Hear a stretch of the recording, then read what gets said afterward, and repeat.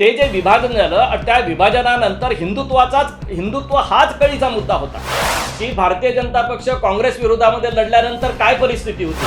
म्हणजे त्यातला एक स्वतःला हिंदुत्ववादी पक्ष समजणारा जो शिवसेना आहे तो महाविकास आघाडी सोबत आहे. म्हणजे हे जे म्हणत होते की सहानुभूतीची लाट ही उद्धव बाळासाहेब ठाकरेंकडे आहे, तर लोकसभेचे निकाल या सगळ्या बाबीला छेद देताना आपल्याला दिसून येतात. याचा अर्थच असा आहे की महाराष्ट्राने आजही हिंदुत्ववादी पक्षांना मत दिल्याचं दिसून येतं.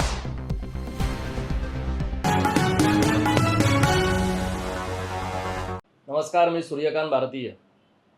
देशोन्नती डिजिटलमध्ये तुम्हा सगळ्यांचं एकदा पुन्हा स्वागत. आजचा शुक्रवार तुमच्याशी बोलण्यासाठी मी आता एकदा तुमच्या पुढे आलो आहे. सर्वांना माहिती आहे आता लोकसभेच्या निवडणुका झाल्या, त्याचे निकाल लागले.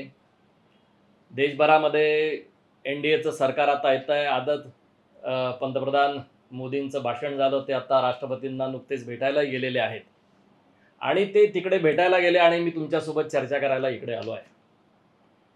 या निवडणुकीमध्ये महाराष्ट्रामध्ये काय झालं ते सगळ्यांनी आत्ता गेल्या 2 दिवसापूर्वी 4 जूनला आपण सगळं बघितलं आणि सगळ्यांनी असं आकलन केलं की महाराष्ट्रामध्ये महायुतीचा पराभव झाला आणि महाविकास आघाडी महाराष्ट्रामध्ये निवडून आली, अशा पद्धतीचं सगळ्यांचं मत बनलं. आकडे तेच सांगतात.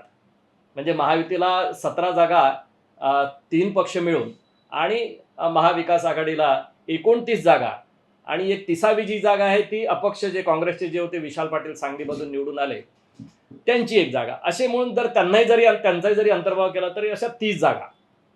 परंतु मी आपल्या पुढे एक इंटरेस्टिंग आकडेवारी घेऊन येतोय आज तुमच्याशी बोलताना.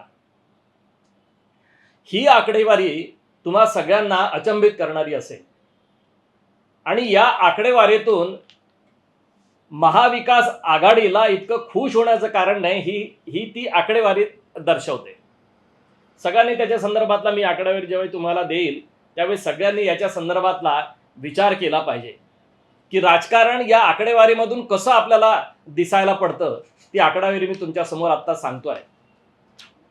या लोकसभा निवडणुकीमध्ये भारतीय जनता पक्षाला पूर्ण महाराष्ट्रामध्ये 26.18% मतं मिळाले आणि त्यांच्या जागा निवडून आल्या 9. काँग्रेसला 16.92% मतं मिळाली आणि त्यांच्या जागा निवडून आल्या 13. आणि मग सांगलीची जागा पकडली, त्याचा अंतर्भाव या आकडेवारीमध्ये केलेला नाही, पण ती आणखी एक जागा, म्हणजे अशा 14 जागा. राष्ट्रवादी काँग्रेसला म्हणजे अजित पवार गटाची जी राष्ट्रवादी काँग्रेस आहे तिला 3.60% मते मिळाली आणि तिला जागा मिळाली फक्त 1. राष्ट्रवादी काँग्रेस शरद पवार पक्षाचे त्यांना 10.27% मतं मिळाली आणि त्यांना जागा मिळाल्या 8. एकनाथ शिंदेच्या शिवसेनेला 12.95% मतं मिळाली आणि त्यांना जागा मिळाल्या 7. आणि उद्धव बाळासाहेब ठाकरे शिवसेनेला 16.72% मिळाली आणि त्यांना जागा मिळाल्या 9. असं ते 48 जागांचं आकडेवारी आपल्याकडे दिसून येते. किती टक्क्यांची मतं मिळाली ती. आता विभागणी जर आपण विचार केला तर कोणाला किती जागा मिळाल्या ते आपण लक्षात घेऊ. विदर्भामध्ये महायुतीला 3 जागा, एकंदरीत पूर्ण जागा होत्या 10, महायुतीला 3 जागा आणि महाविकास आघाडीला 7 जागा. इथे महायुतीचा सपशेल पराभव महाविकास आघाडीने केला आपल्याला दिसतो विदर्भामध्ये, जो की भारतीय जनता पक्षाचा गड आहे. पश्चिम महाराष्ट्रामध्ये 12 जागा आहेत, त्यामध्ये महायुतीला 4 जागा आणि महाविकास आघाडीला 8 जागा. इथेही महायुतीचा सपशेल पराभव झालेला आपल्याला दिसून येतो. मराठवाड्यामध्ये तर हा दारुण पराभव महायुतीला झालेला आहे. म्हणजे तिथे एकंदरीत जागा 8, महायुतीला मिळाली 1 आणि महाविकास आघाडीला मिळाल्या 7 जागा. उत्तर महाराष्ट्रामध्ये मात्र बरोबरीमध्ये ही लढत सुटलेली आपल्याला दिसून येते. महायुतीला 3 जागा, महाविकास आघाडीला 3 जागा, अशा एकंदरीत 6 जागा उत्तर महाराष्ट्रामध्ये आहेत. तिथे बरोबरीत लढत सुटली 3-3 जागांची. कोकणामध्ये मात्र महायुतीने महाविकास आघाडीला धूळ चारली आहे. तिथे 3 जागा, म्हणजे रायगड, रत्नागिरी, सिंधुदुर्ग आणि पालघर असे मिळून मी त्या 3 जागांच्या संदर्भामध्ये आपल्याशी बोलतोय. महायुतीने या 3 पैकी 3ही जागा मिळाल्या, महाविकास आघाडीला तिथे भोपळाही फोडता आला नाही. मुंबईमध्ये मात्र ही लढत जी आहे, ज्याच्यामध्ये मी ठाणे आणि कल्याण याही जागांचा अंतर्भाव केलेला, अशा 8 जागा मी तिथे पकडलेल्या आहेत. त्या 8 पैकी हा सामना जो रंगला तो बरोबरीत सुटला. 8 पैकी महायुतीला 4 जागा आणि महाविकास आघाडीला 8 जागा. आता खरं म्हणजे ही आकडेवारी आपल्याकडे सांगत असताना भारतीय जनता पक्ष आपल्या विरोधी पक्ष कुठला, म्हणजे आता 3 विरोधी पक्ष असल्यामुळे त्या प्रत्येकाचं जेव्हा आपण ज्यावेळी आकलन करतो त्यावेळी आपल्या लक्षात असं येते की भारतीय जनता पक्ष काँग्रेस विरोधामध्ये लढल्यानंतर काय परिस्थिती होती, हे जर आपण पक्षीय निहाय आपण जर विश्लेषणात्मक जर जाऊन जर बघितलं तर आपल्याला काय आकडेवारी दर्शवते ती लक्षात घ्या. भारतीय जनता पक्ष आणि काँग्रेसमध्ये 48 जागांपैकी 15 जागांवर थेट लढत झाली. त्यापैकी भारतीय जनता पक्ष 5 जागांवर विजयी झाला आणि काँग्रेस 10 जागांवर विजयी झाले. याचा अर्थ असा आहे की महाराष्ट्रामध्ये लोकसभेच्या निवडणुकीमध्ये काँग्रेसने भारतीय जनता पक्षाचा दारुण पराभव केलेला आहे. राष्ट्रवादी काँग्रेस शरद पवार आणि यांची लढत भाजपामध्ये कशी झाली तर ती 8 जागांवर थेट लढत झाली. या 8 जागांमध्ये लढत झाली. त्याच्यामध्ये 6 जागांवर राष्ट्रवादी काँग्रेस शरद पवार गटाच्या उमेदवारांना सरशी करता आली आणि भारतीय जनता पक्षाला केवळ 2 जागांवर विजय मिळवता आला.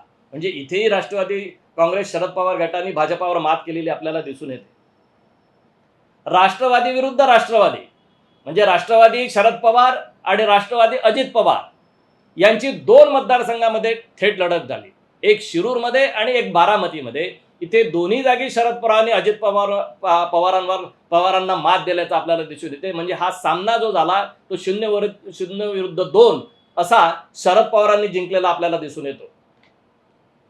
आता राष्ट्रवादी काँग्रेस विरुद्ध उबाठा, म्हणजे उद्धव बाळासाहेब ठाकरेंची शिवसेना, म्हणजे राष्ट्रवादी काँग्रेस अजित पवार गट आणि उद्धव बाळासाहेब ठाकरेंची शिवसेना यांच्यामध्ये 3 मतदारसंघामध्ये सामना झाला आणि त्याच्यामध्ये राष्ट्रवादी काँग्रेस 1 आणि उद्धव बाळासाहेब ठाकरेंच्या उमेदवार 2 ठिकाणी निवडून आले. म्हणजे हा सामना 1 विरुद्ध 2 या फरकाने उद्धव बाळासाहेब ठाकरेंनी आपल्याला जिंकलेला दिसून येतो.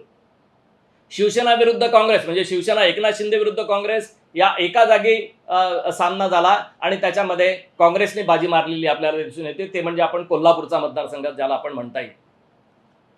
एकनाथ शिंदेची शिवसेना आणि राष्ट्रवादी काँग्रेस शरद पवार यांच्यामध्ये लढत झालेली आपल्याला दिसून येत नाही, किंवा राष्ट्रवादी काँग्रेस अजित पवार गट आणि काँग्रेस यांच्यामध्येही थेट लढत महाराष्ट्राच्या या निवडणुकीमध्ये 2024च्या लोकसभा निवडणुकीमध्ये महाराष्ट्राला बघता आली नाही. म्हणजे ह्या 2च गोष्टी जर हा जो अपवाद आहे, हा अपवाद फार पुढच्या विधानसभेच्या निवडणुकीमध्ये मोठा एक कळीचा मुद्दा ठरू शकतो, हे मी तुम्हाला आत्ताच सांगतो. त्याच्यावर एकदा वेगळं विश्लेषण आपल्याला करता येईल. आता इंटरेस्टिंग गोष्ट कशी आहे की 2019 नंतर महाराष्ट्राच्या राजकारणामध्ये जे एक प्रकारचे मोठे बदल आपल्याला झालेले दिसून येतात, त्याच्यामध्ये 3 पक्ष मोठ्या प्रमाणामध्ये कारणीभूत ठरलेला आपल्याला दिसून येतो. 3 पक्ष म्हणजे एक भारतीय जनता पक्ष ज्यांनी शिवसेना फोडली आणि शिवसेना फोडून एक गट बाहेर पडला, तो म्हणजे एकनाथ शिंदेचा गट. त्यांची मूळ शिवसेना झाली आणि उद्धव बाळासाहेब ठाकरेंची दुसरी शिवसेना झाली.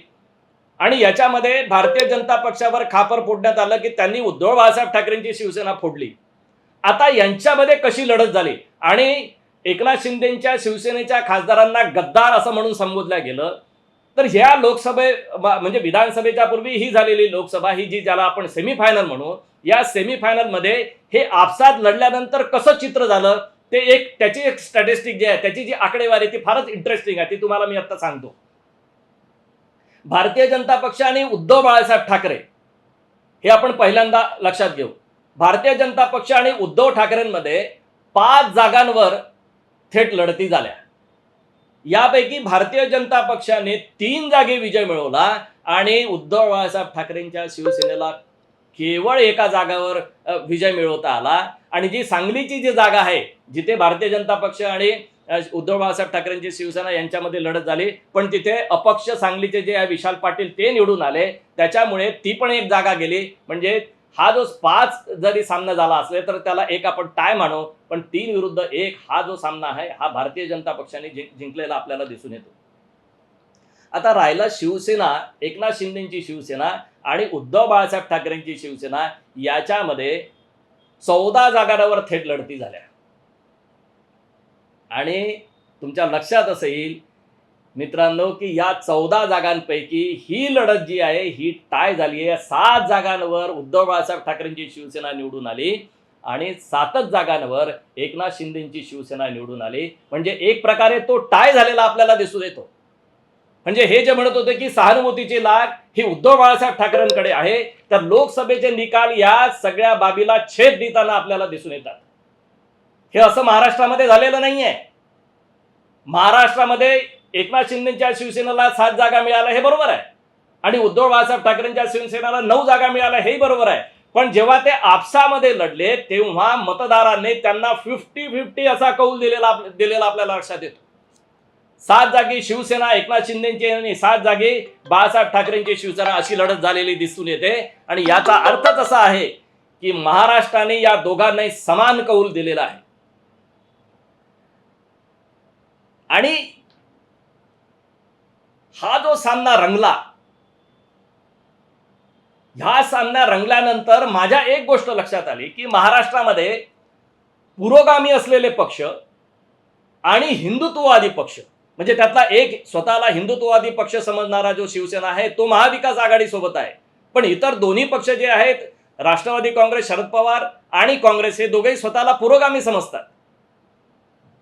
परंतु उद्धव बाळासाहेब ठाकरेंची शिवसेना हे स्वतःला हिंदुत्ववादी संघटना आणि हिंदुत्ववादी पक्ष म्हणून समजते. म्हणजे महाराष्ट्रामध्ये या निवडणुकीमध्ये 3 पक्ष स्वतःला हिंदुत्ववादी पक्ष म्हणून सगळ्यांच्या समोर गेलेले होते.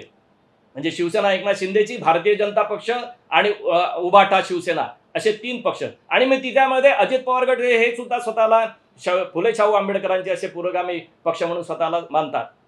लक्षात असेल मित्रांनो की याची जर आकडेवारी म्हणजे कोणाला किती टक्के मतं या लोकसभेमध्ये मिळाली तर तुम्हाला एक आश्चर्यकारक, धक्कादायक तुम्हाला मी आकडेवारी सांगतो. ती आकडेवारी अशी आहे. तर मी तुम्हाला जे सांगत होतो ना इंटरेस्टिंग आकडेवारी, ती बघा कशी आहे. म्हणजे काय झालं की शिवसेना विरुद्ध शिवसेना ही जी लढत झाली आहे ना, ही बरोबर सुटलेली आपल्याला दिसते. उद्धव बाळासाहेब ठाकरेची शिवसेना आणि भाजपा ही लढत भाजपाने 3-1 जिंकलेली आहे.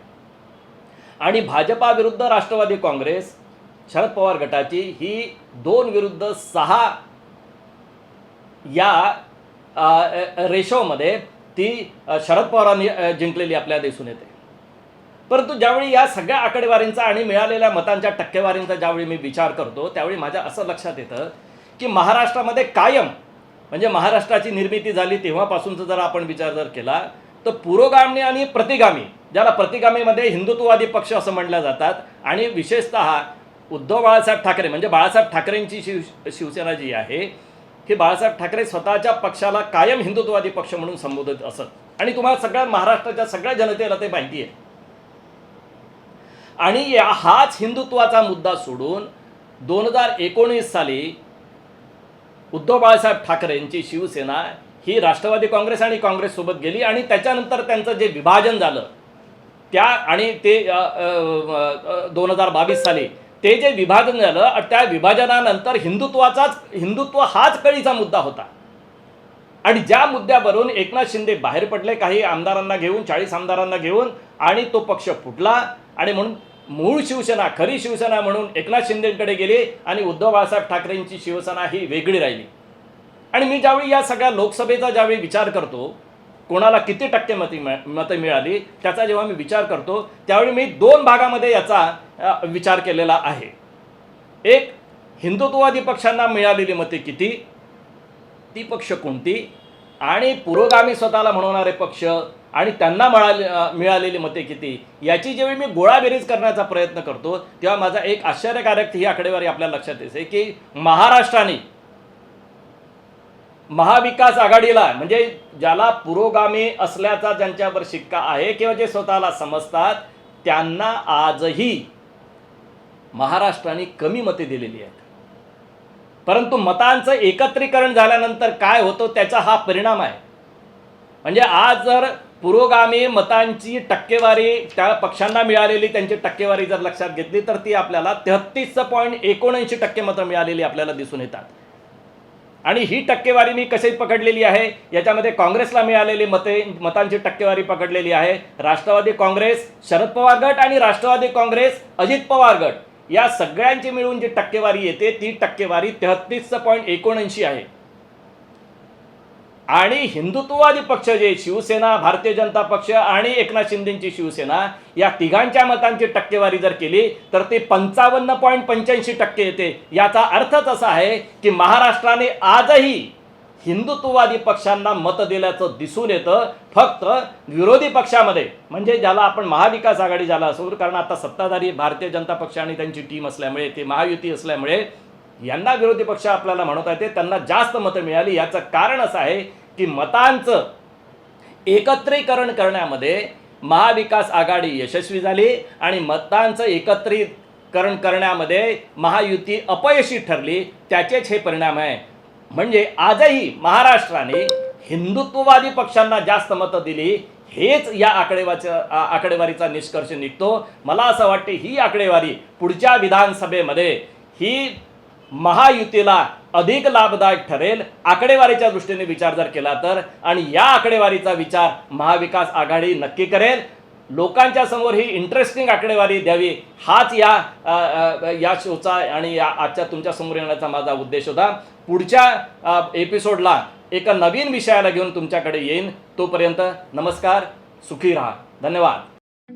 ठळक घडामोडींसाठी देशोन्नती न्यूज चॅनलला सबस्क्राईब करा आणि बेल आयकॉन प्रेस करा. मुंबई, पुणे, नागपूर, मराठवाडा असो का विदर्भ, राजकीय, सामाजिक, शैक्षणिक क्षेत्र असो का क्रीडा, सर्वच घडामोडीचे विश्लेषण पाहायला विसरू नका. फक्त देशोन्नती न्यूजवर.